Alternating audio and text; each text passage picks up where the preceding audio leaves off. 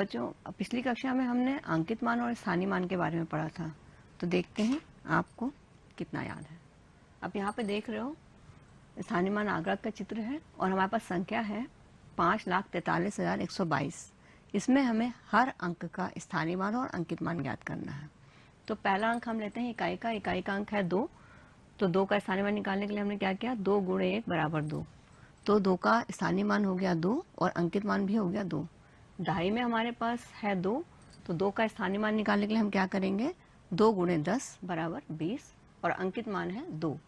सैकड़े में हमारे पास है 1 का स्थानीय मान निकालने के लिए हमने 1 गुणे 100 करा, स्थानीय मान आ गया 100 और अंकित मान है 1।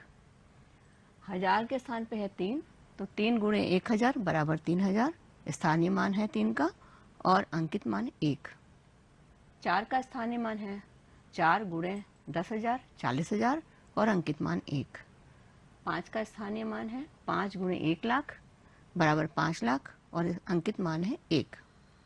तो बच्चों आपको अंकित मान और स्थानीय मान याद आ गया होगा।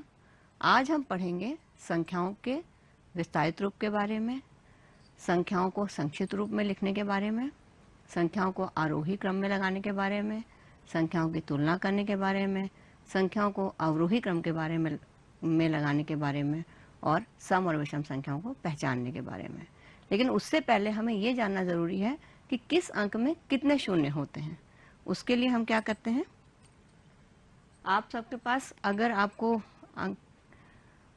स्थानीय मान निकालना हो तो आपको हर बार लगेगा कि आपके पास कॉपी पेंसिल होना चाहिए, लेकिन आज जो हम ये तरीका बता रहे हैं इससे आपको बिना कॉपी पेंसिल के आप स्थानीय मान की गणना कर सकते हो।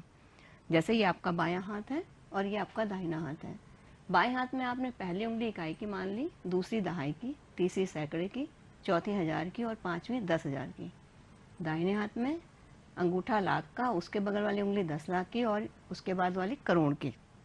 उसके लिए आप ये हमारे पास है अंगूठी टाइप, मैंने यहाँ पे बना लिया। ये हमारा हो गया इकाई, ये हो गया दहाई, ये हो गया सैकड़ा, ये हो गया हजार, ये हो गया 10,000।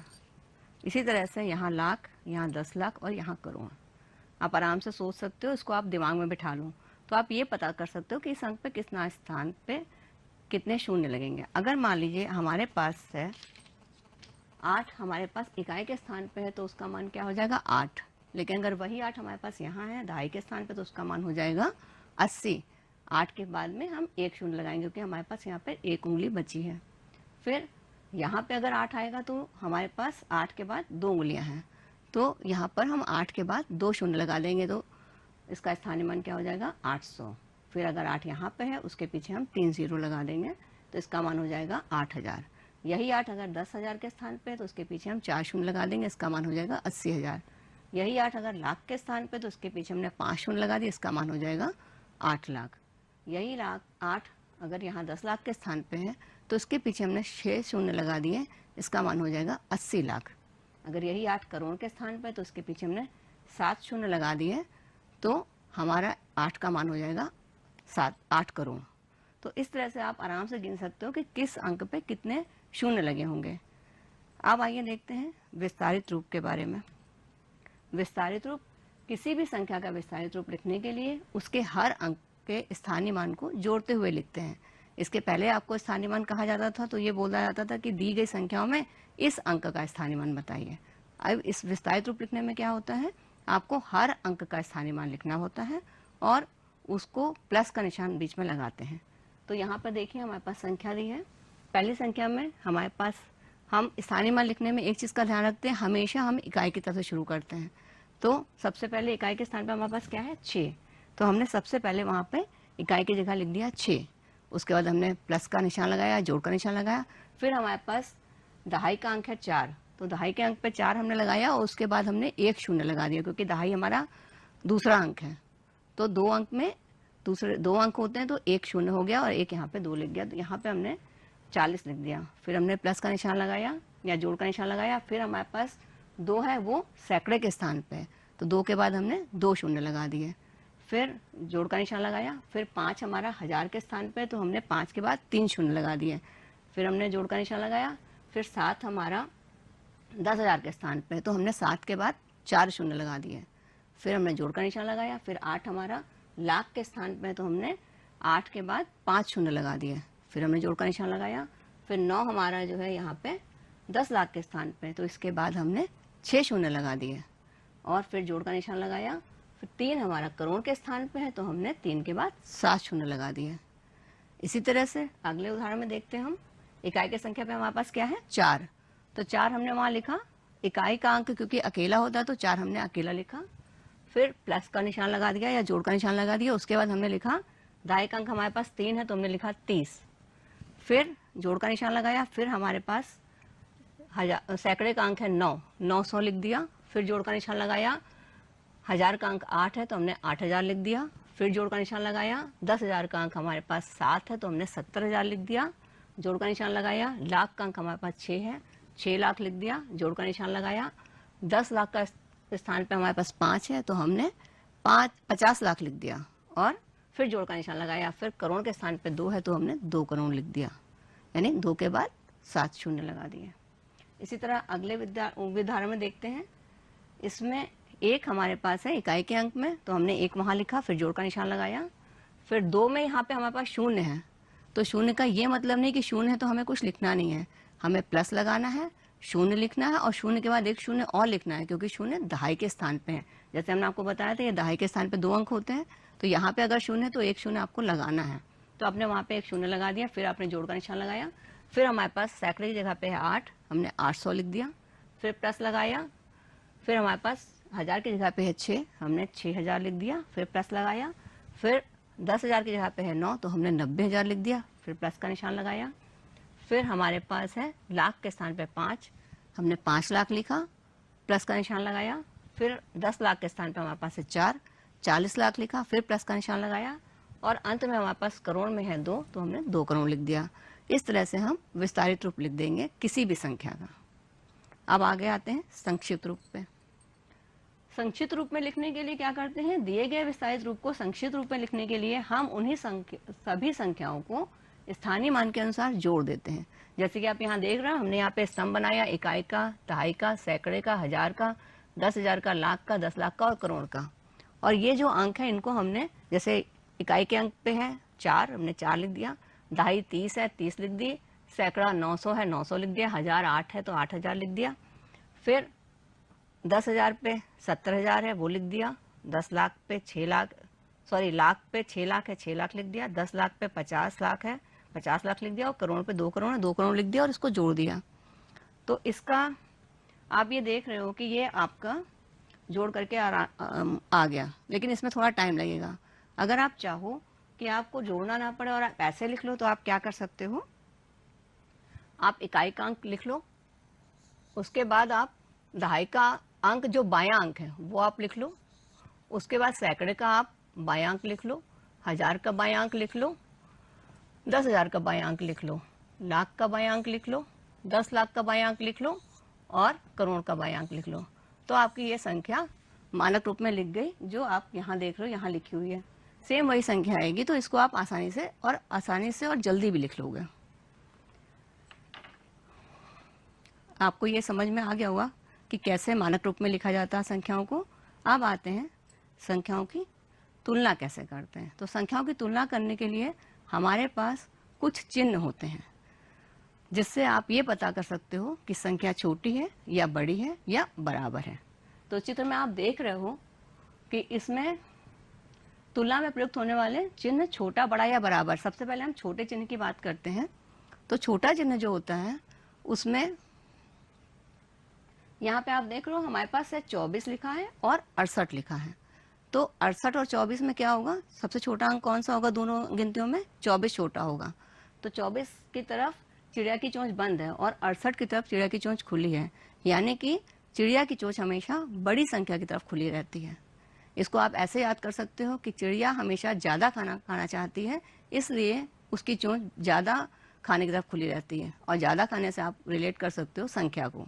तो जिधर बड़ी संख्या होगी उधर चिड़िया की चोंच खुली रहती है और कम संख्या की तरफ बंद रहती है।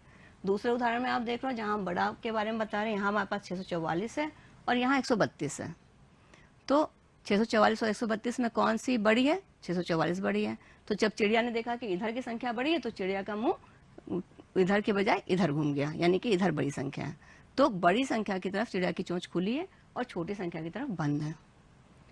इसको हम जब लगाते हैं तो ये निशान आप बड़ा हम ऐसे लगाएंगे और छोटा हम ऐसे लगाएंगे। फिर नीचे वाले में आप देख रहे हो जहाँ पे हम बराबर की बात करें वहाँ हमारे पास है 91 और 91, क्योंकि दोनों संख्याएं बराबर हैं तो इसमें हमने बराबर के चिन्ह लगाए और इस चिन्ह से आप पहले भी परिचित हो। तो चलिए देखते हैं तुलना करने के क्या नियम होते हैं।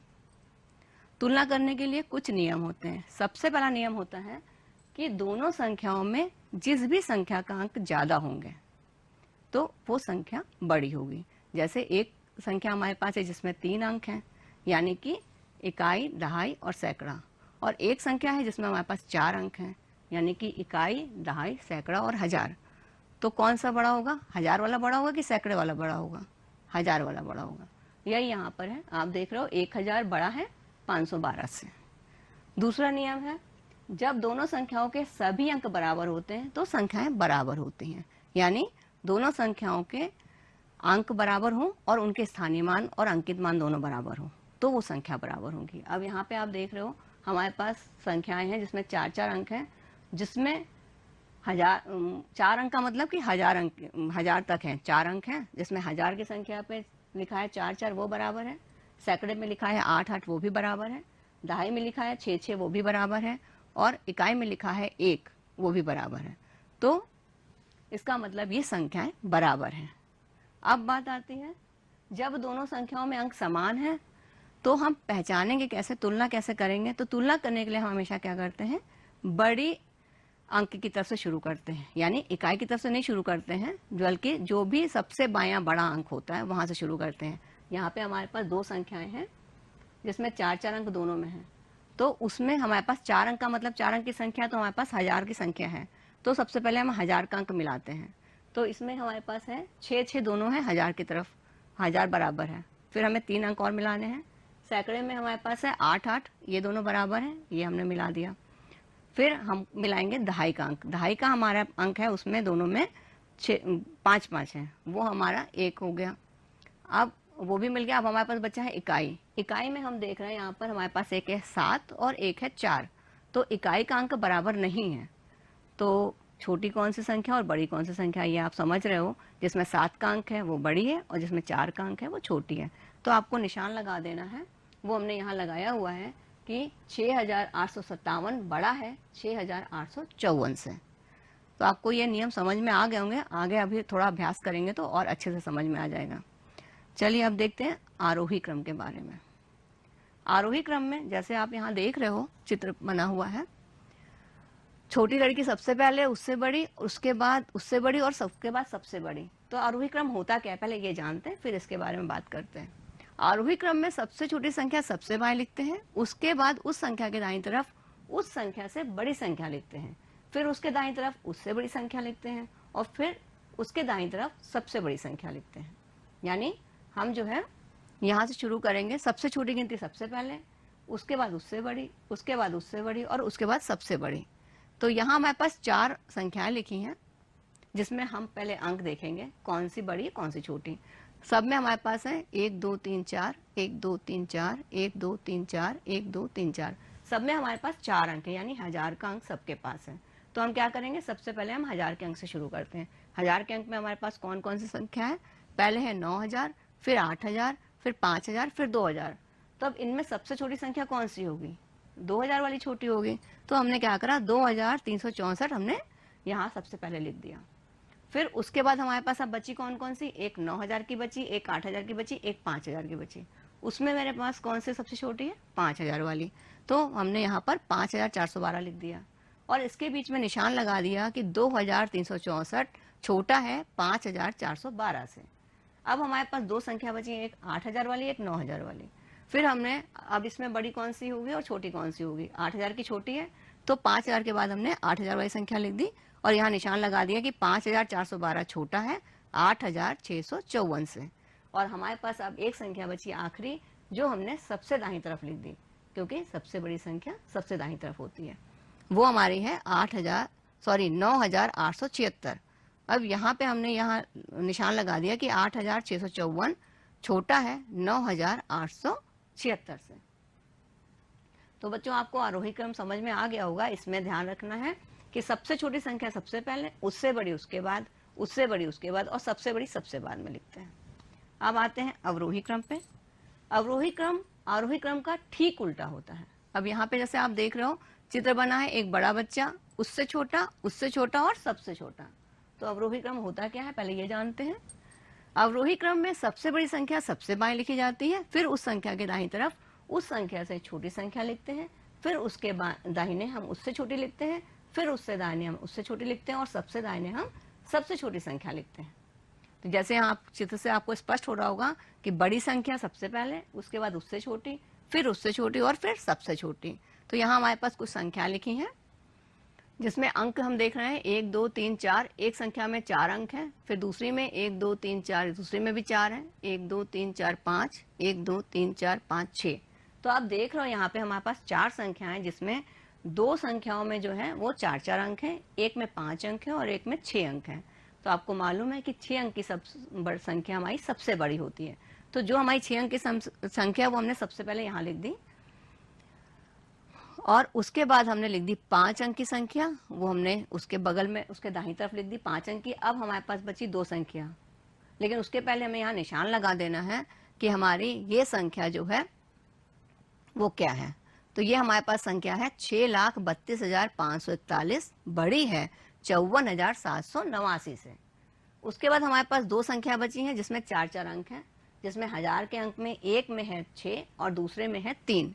तो 6 बड़ा होगा या 3 बड़ा होगा? 6 बड़ा है।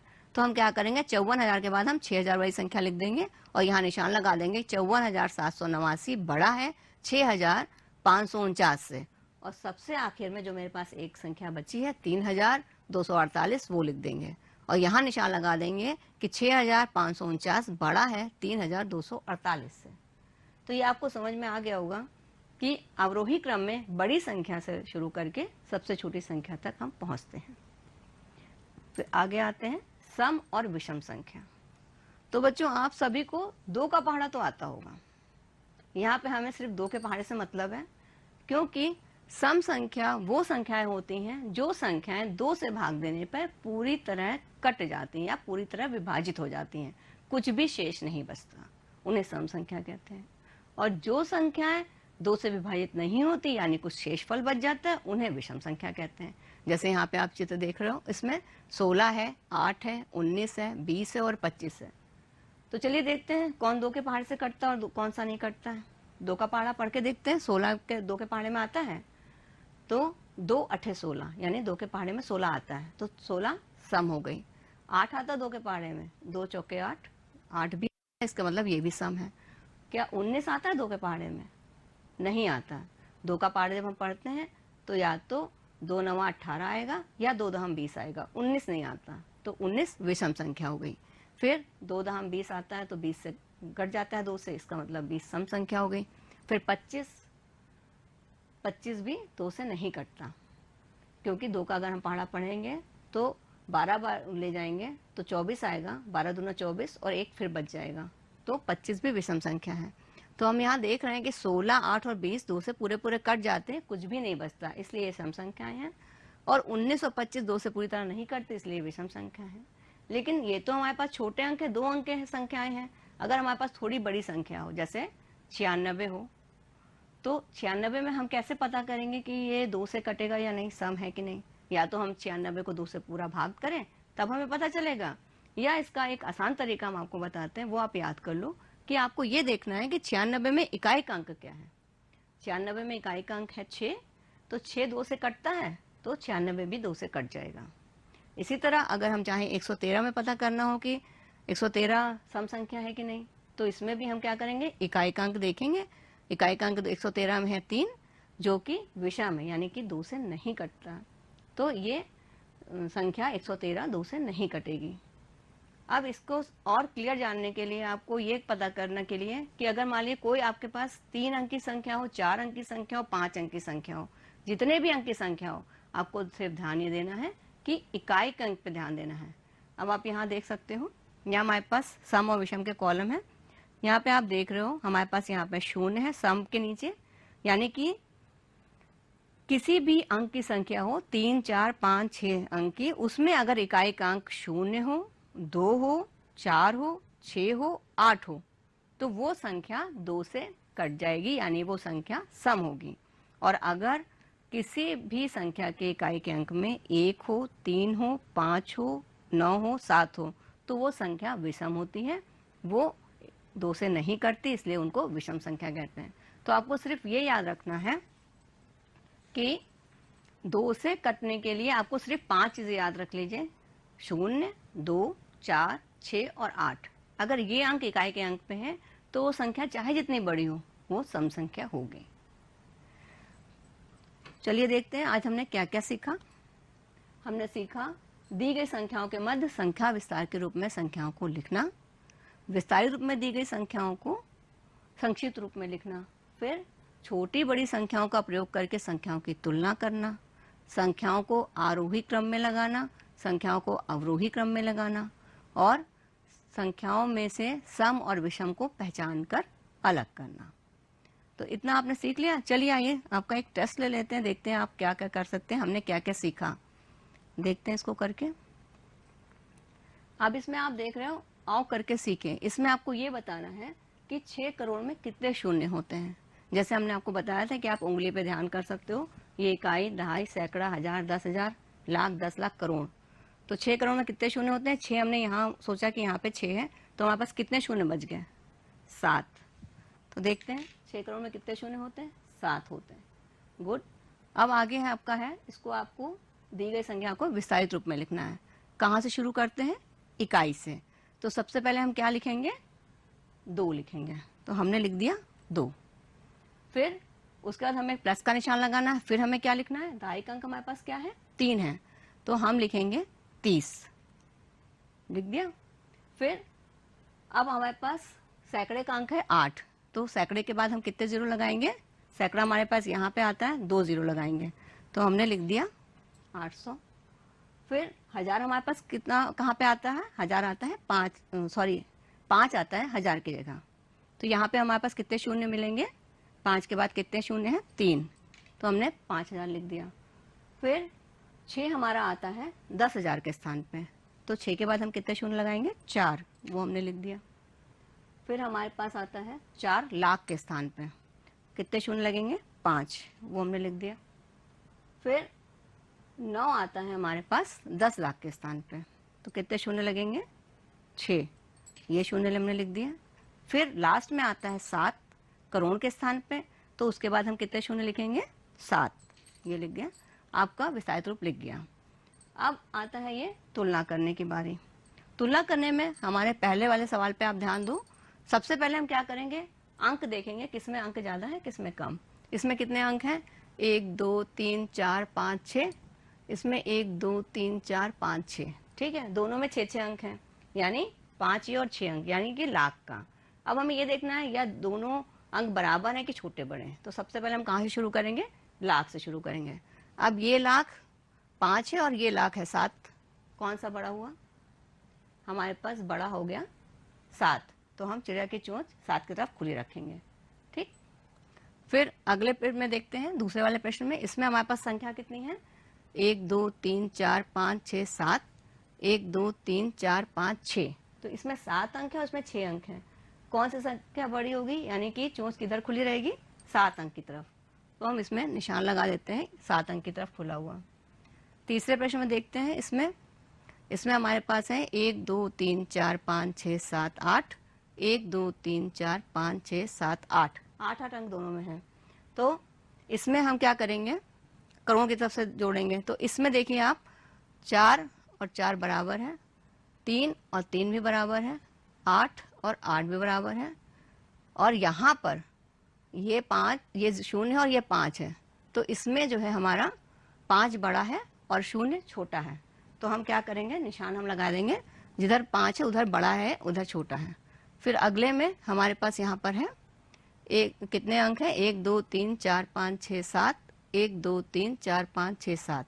तो हम यहाँ से देखते हैं हमारे पास 6 बराबर है, 5 बराबर है, 8 बराबर है, और यहाँ पे 9 ये बड़ा है और 0 छोटा है। तो हमारा निशान कैसा लगेगा? चिड़िया की चोंच इधर खुली रहेगी क्योंकि यहाँ 9 बड़ा है। आखिरी में हम देखते हैं इस वाले में 4 4 बराबर है, 3 3 बराबर है, 8 8 बराबर है, 9 9 बराबर है, 3 3 बराबर है, सॉरी 5 5 बराबर है, 0 0 बराबर है और 1 1 बराबर है। तो निशान हम क्या लगा देंगे, बराबर का। अब इसको आपको संक्षिप्त रूप में लिखना है। उसमें आपको करना क्या है, आपने 8 लिखना है, 4 लिखना है, 2 लिखना है, 7 लिखना है, 5 लिखना है, 9 लिखना है और 4 लिखना है। आपका मानक रूप आ जाएगा। ठीक है, अब आगे चलते हैं। आपके पास कार्य पुस्तिका मिल गई होगी आप लोगों को, उसका पेज नंबर 17 और 18 आप पेज निकाल लीजिए। देखिए उसमें पहला सवाल करा हुआ है। पहले वाले में पेज नंबर 17 पे आपको ऐसा दिखाई पड़ रहा है, इसमें आपको विस्तारित रूप में लिखना है। एक यहाँ उदाहरण करके दिया हुआ है इसलिए मैं बता नहीं रही हूँ, आपको वैसे ही लिखना है जैसे हमने आपको आज बताया है। और यहाँ पे एक उदाहरण करके दिखा रहे हैं, वो उसमें आपको संक्षिप्त रूप में लिखना है, विस्तारित रूप में दिया है, आपको गिनतियाँ लिखनी है डब्बे के अंदर। फिर आपका कार्य पुस्तिका की प्रश्न संख्या 20 और ये 21, इसमें आपको 6 का स्थानीय मान निकालना है। इसमें पहले अंक में दिया है 6 करोड़ के स्थान पे इन्होंने 6 को करोड़ से गुणा किया, इसका स्थानीय मान आ गया 6 करोड़। यहाँ हिंदी में इन्होंने 6 करोड़ लिखा है। ऐसे ही आपको ये पन्ना पूरा करना है। इसी तरह इसमें इन्होंने तुलना करी है कि आपका ये संख्या बढ़ी है इस संख्या से, बाकी आपको संख्या पहचान के और तुलना के नियम याद करके तुलना करनी है।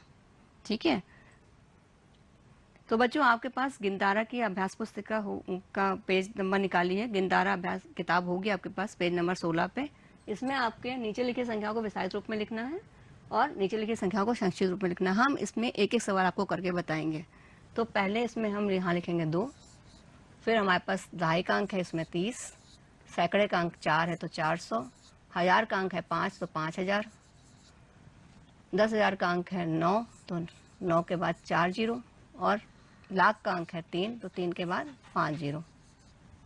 इसी तरह संक्षिप्त रूप में लिखने के लिए हम क्या करेंगे, 1 लिखेंगे, उसके दाहिने हम 5 लिखेंगे, फिर 7 लिखेंगे, फिर 8 लिखेंगे, फिर 1 लिखेंगे, फिर 2 लिखेंगे और फिर 4 लिखेंगे। हमारा संक्षिप्त रूप आ जाएगा।